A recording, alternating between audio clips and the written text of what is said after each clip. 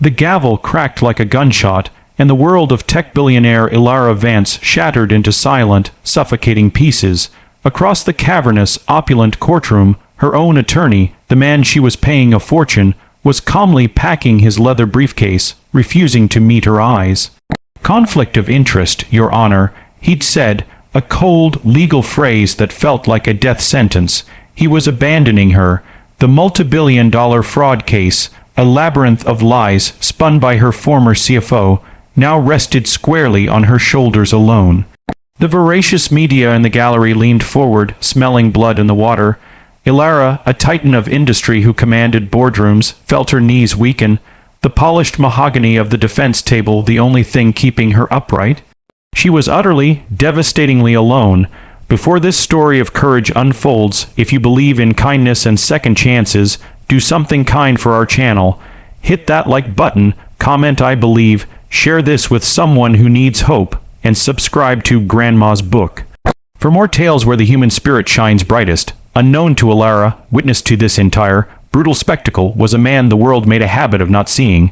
Silas Granger, the courthouse janitor, stood in the shadow of the marble pillar, his mop idle in its bucket.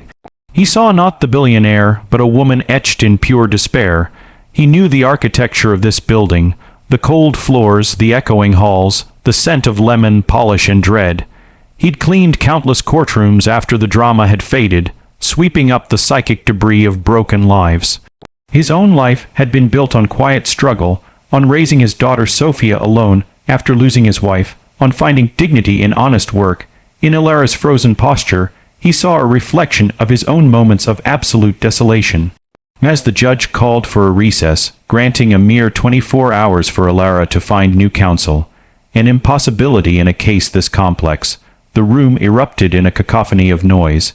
Ilara stumbled into the sterile hallway, surrounded by a shouting mob of reporters, their camera lights blinding her. Her assistant was trying to shield her, but the tide was too strong. It was then that a firm, steady voice cut through the din. "Ma'am, this way." A worn hand gestured towards a nondescript service door. Desperate, Ilara followed, the door swinging shut behind her, muffling the chaos. They were in a quiet, dimly lit corridor lined with cleaning supplies. Her savior was an older man with kind, weary eyes and name tag that read Silas. "Thank you," she whispered, her voice raw. "I've been watching your trial, Ms. Vance," Silas said, his voice low and gravelly. "I read the court filings they leave at night. I know the evidence they claim they have. That email chain they're using, the timestamps are wrong. The server maintenance logs would prove it." Ilara stared, dumbfounded. How could a janitor know about server logs? Seeing her confusion, he offered a sad, small smile. "I was a systems engineer for 30 years. I lost my job, then my wife got sick.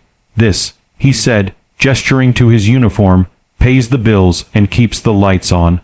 A brilliant mind, hidden in plain sight, made invisible by a uniform. The challenge was monumental. Silas wasn't a lawyer. He couldn't stand before the judge, but he had a mind like a steel trap and a burning sense of injustice. That night, in Ilara's penthouse that felt more like a gilded cage, they worked. Spread across her marble kitchen island were boxes of discovery documents. Silas, his hands calloused but precise, pointed out anomalies. A fraudulent invoice number that didn't match the company's sequencing, a digital signature that lacked the proper encryption layer. "They're betting you don't understand the tech," he murmured. "They're betting your lawyers wouldn't dig this deep into the weeds." The next morning, the courtroom buzzed with anticipation. The judge, a stern woman named Wilkins, looked down, expecting Ilara to request a delay. Instead, Ilara Vance stood back straight. "Your Honor, I will be representing myself with the assistance of a consulting specialist." A derisive snicker came from the prosecution's table. Then Silas Granger entered. Not through the service door, but through the public entrance. He wore a simple, clean suit, his back straight, holding a notebook. He took a seat at the defense table beside her. The prosecutor objected. "This is a circus. Who is this man?" The judge demanded an explanation. Silas stood. He didn't have a law degree, but he spoke with a quiet, unshakable authority, explaining the technical discrepancies in the prosecution's digital evidence with a clarity that left the alleged expert. Witness flustered. He was a guide, navigating Ilara through the legal jargon, whispering prompts, handing her the right documents.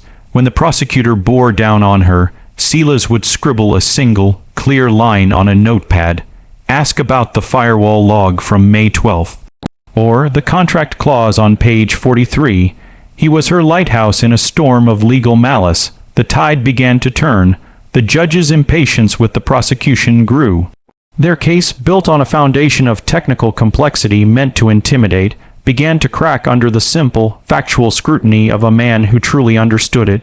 The jury leaned forward, listening to the janitor, turned, guide, seeing the truth not through the filter of expensive suits, but through the plain, honest words of a man with nothing to gain and everything to lose by speaking up.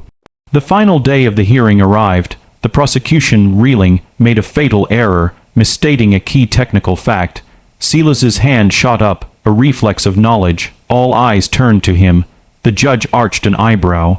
"Mr. Granger, do you have something to add?" He looked at Ilara, who gave a slight, confident nod. He rose to his feet. His voice, for the first time, filled the room, not with volume, but with profound conviction. "With all due respect, Your Honor, that is incorrect, and I can prove it." He paused, looking not at the judge, but at the jury of ordinary people. "Because the truth isn't hidden in fancy words. It's in the ones and zeros they think you won't understand. I will defend her with the truth." The silence was absolute. If this story of an unseen hero touched your heart, if you felt that surge of hope when Silas stood up, then please let us know. Let this video be a testament to the fact that courage wears many faces. Share your thoughts in the comments below. Tell me what moved you the most. In the end, it wasn't just a legal defense, it was a restoration.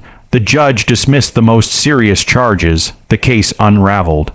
Ilara Vance was free, but she was forever changed.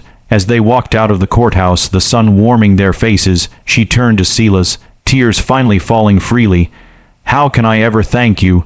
Silas looked out at the city, no longer just a skyline, but a place of possibility. "You already did," he said softly. "You saw me. He wasn't just a janitor anymore. He was Silas Granger, the engineer, the father, the man who stood up." And somewhere, a new partnership was born, not in a boardroom, but in a hallway of second chances, built on the unshakable foundation of dignity rediscovered and a truth, finally spoken aloud. Before you go, I have a special request. In the comments, please share a time when someone unexpectedly stood up for you, or when you found the courage to stand up for someone else. Let's fill this space with stories of everyday heroism.